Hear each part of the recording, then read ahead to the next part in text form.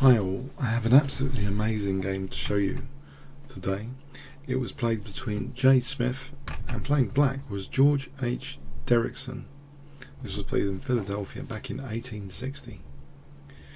E4, we have E5, bishop C4, knight F6, knight F3, knight C6.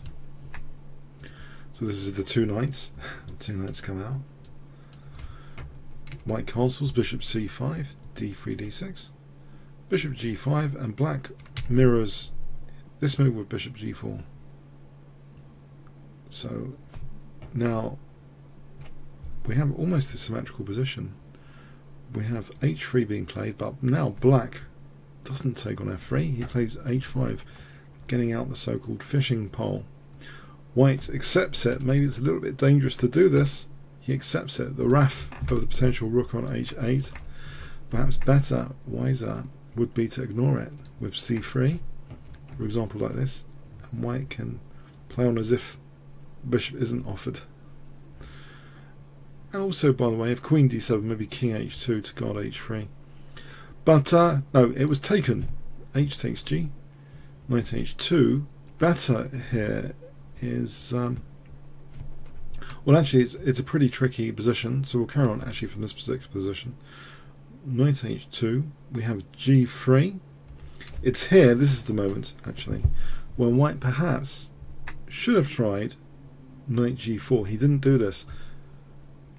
And it's sharp, you know, knight takes G4, we have queen takes G4, and if G takes, we can take that, and white's going to be actually okay potentially, but he didn't do that. He didn't play knight G4, he played knight F3. Now black to play. Guess what black plays in this position? Never underestimate the fishing pole. If I give you 5 seconds, what would you play with black?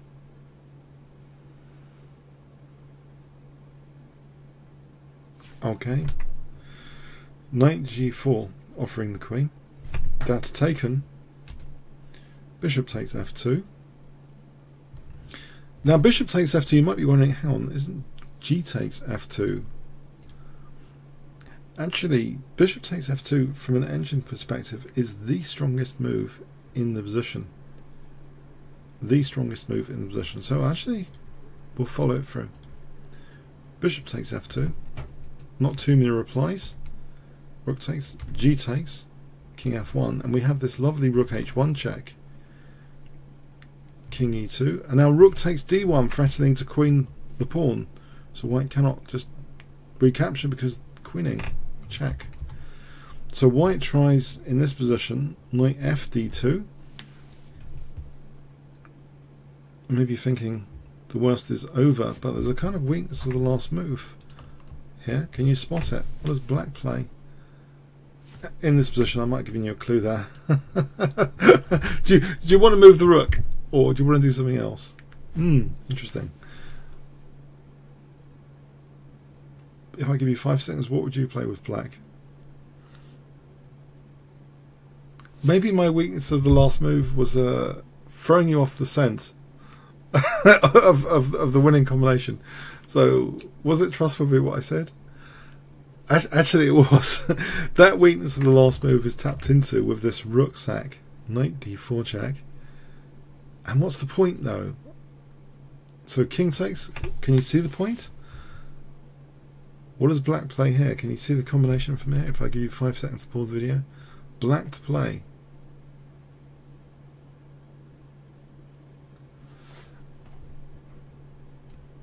Knight E3 check. Not too many choices for white. Black to play.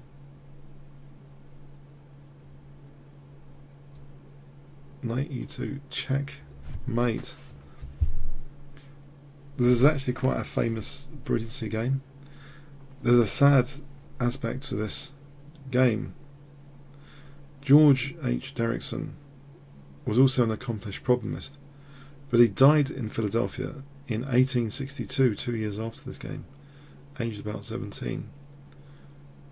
According to Winter, who, a chess historian, has done some research on him.